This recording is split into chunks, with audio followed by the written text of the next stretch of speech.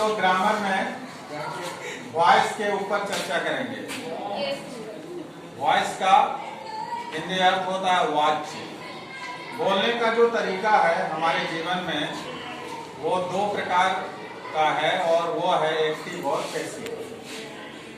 Generally ये कहा जाता है कि विद्यार्थी जीवन में वॉइस का रिटन फॉर्म में बहुत ही बड़ा योगदान है और अगर आप पैसिव फॉर्म का प्रयोग करेंगे राइटिंग में अपना तो इसका प्रभाव बहुत ही अच्छा होता है। इसके ऊपर तो जो एग्जामिनर होंगे वो आपको अच्छा मार्क्स परीक्षा में देंगे। लेकिन अगर आप पैसिव का प्रयोग करें तो पैसिव वॉइस तो सवाल ये है कि एक्टिव से पैसिव हम कैसे बदलेंगे, कौन सा सेंटेंस जो है उसमें कौन सा रूल लागू होगा।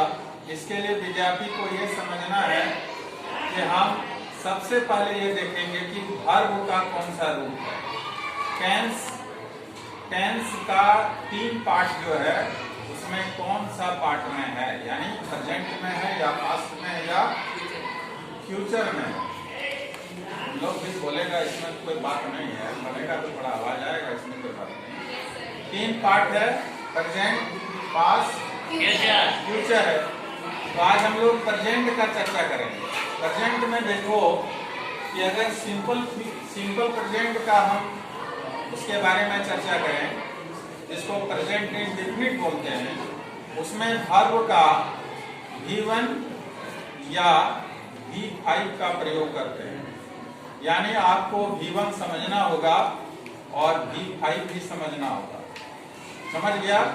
अगर सेंटेंस में V1 V5 है, V1 V5 मतलब जैसे जिस वाक्य के अंत में का है, के है, टी है, इस रूप में अगर कोई सेंटेंस है V1 V5 उसी में लगता है, का है, से है, टी है, हम लोग जानता ही है। तो उसका जो पैसिव बनेगा वह passive am is are plus V3 में जाएगा। एक बात हमेशा ध्यान दे दो कि पैसिव में वर्ब का तीसरा रूप ही हमेशा आता है। पैसिव में वर्ब का तीसरा रूप यानी V3 ही आता है और कोई दूसरा रूप नहीं आता है पैसिव में हमेशा। ये यूनिवर्सल ट्रूथ है।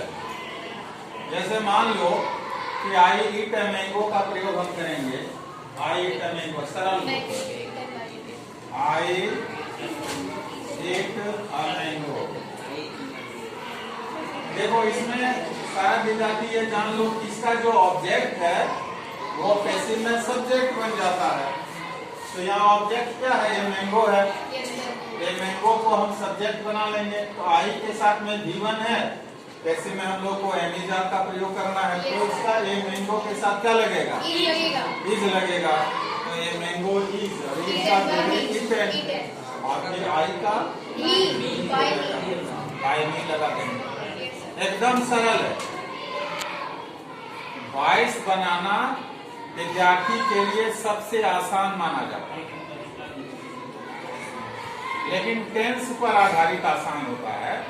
अगर आप कमांड में आ जाएंगे तो कमांड में जिसको कि ऑपरेटिव सेंटेंस बोलते हैं, जो आगे हम लोग चर्चा करेंगे, वो आपको समझ के बनाना होगा कि इसमें एडवाइस है या फिर रिक्वेस्ट है या फिर ऑर्डर है। उसका अलग एक वीडियो हम लोग बनाएंगे। आज हम लोग सिर्फ प्रेजेंट टेंस पर चर्चा करेंगे। जहाँ पर V1 V5 एक्टिव में, वहां पर पैसिव क्या बनेगा? Am is are plus V3। यानी ऑब्जेक्ट जो सब्जेक्ट बनाओगे तो सब्जेक्ट के अनुसार हम लोग इज लगाएंगे या एम लगाएंगे या आर लगाएंगे और V3 का प्रयोग कर लेंगे। ये सिंपल प्रेजेंट टेंस का फॉर्मूला है, कुछ नहीं। दिमाग में आ गया? क्लियर बोलो? आ गया? अब दूसरा है प्रेजेंट कंटिन्यूअस, जिसको हम लोग बोलते हैं प्रेजेंट इम्परफेक्ट। कंटिन्यूअस मतलब क्या हुआ? लगातार क्रिया होगा। इसमें क्या होता है? एक्टिव में हमने लिख दिया है कि M is are plus V4 का प्रयोग होता है। जैसे वह आम खा रहा है, रहा है, रहे हैं, रही है। ये हिंदी का जो आपका पहचान है, प्रेजेंट कंटिन्यूअस का क्या पहचान है? जिस वाक्य के अंत में रहा है, रहे हैं, रही है लगा रहे उसे हम प्रेजेंट कंटिन्यूअस बोलते हैं, यानी प्रेजेंट इम्परफेक्ट बोलते हैं। ये तो सरल है, आई के साथ एम लगा देना है, यू के साथ आर लगा देना है, ही के साथ इज लगा देना है, ये तो आपको अपने से लगाना ही होगा। सब्जेक्ट के साथ एक्सिलरी वर्ब लगेगा और फिर आपका मेन वर्ब के साथ बिफोर लग जाएगा, उसके बाद फिर आपका ऑब्जेक्ट हो जाएगा। जैसे मैं आम खा रहा हूँ तो I am eating a mango, है ना। सीता किताब पढ़ रही है। अगर यदि ये भी बोलना है कि हम लोग क्लास में शोरगुल मचा रहे हैं, तो मचा रहे हैं मतलब मेकिंग ए नॉइज। तो इस तरह का सेंटेंसेस में जहां बिफोर आता है, एमिजार आता है, वहां पर आपको बीइंग लेके बनाना होगा। पैसिव में BEING बीइंग लगेगा, वो आपका क्या हो जाएगा, पैसिव बन जाएगा। इसका क्या बनेगा, a mango is being eaten by me. Being लगा दिया, पैसिव बन गया।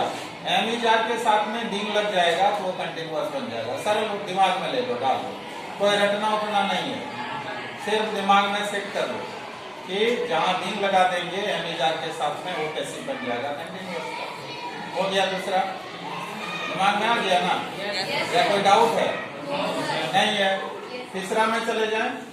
तीसरा हम लोग प्रेजेंट परफेक्ट की हम लोग बात करते हैं। प्रेजेंट परफेक्ट में हमारा जो सेंटेंस का जो स्ट्रक्चर होता है वो होता है subject plus have has plus V3 plus object. इसमें एक विशेषता ये है पैसिव में बनाने के लिए कि V3 ऑलरेडी उसमें रहेगा, आपको V3 बनाना ही नहीं है। Subject plus have has plus V3 plus object ये रहेगा। जैसे I have eaten a mango, इसका पैसिव जो बनेगा, जहाँ हैव हैज है ना वहां पर बीन लगेगा, BEEN। कंटिन्यूअस में बीन लगाए थे, लेकिन इसमें बीन लगेगा, BEEN। इसका स्ट्रक्चर जो होगा object plus have has plus been plus V3 plus by plus subject. तो ऑब्जेक्ट बन गया था, वो इसमें सब्जेक्ट इसमें क्या बन जाएगा, ऑब्जेक्ट, और ऑब्जेक्ट बन जाएगा सब्जेक्ट। समझ गया? जैसे इसका क्या स्ट्रक्चर लिखे हैं, देखो यहाँ पर लिखा हुआ है एक्टिव में हैव हैज प्लस V3 का प्रयोग। जहाँ हैव हैज प्लस V3 रहेगा वहां आपका एक्टिव समझिएगा। पैसिव में क्या है, have has plus been plus V3 लगाना है। तो I have eaten a mango का क्या होगा, a mango has been eaten by me. तो प्रेजेंट टेंस में 3 ही बनता है पैसिव, चौथा का नहीं बनता है।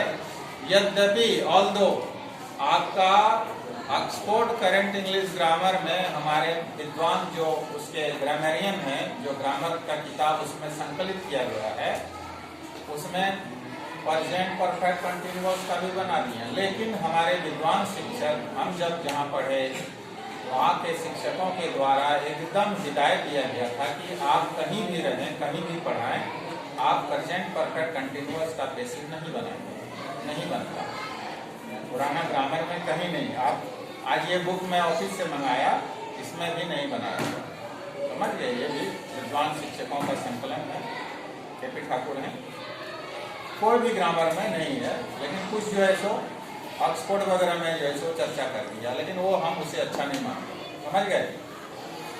तो प्रेजेंट टेंस का 3 ही बनेगा, simple present tense, present continuous और तीसरा प्रेजेंट परफेक्ट। तो ये है प्रेजेंट टेंस का एक्टिव और पैसिव। तो आज का इतना ही, ठीक है ना? ओके।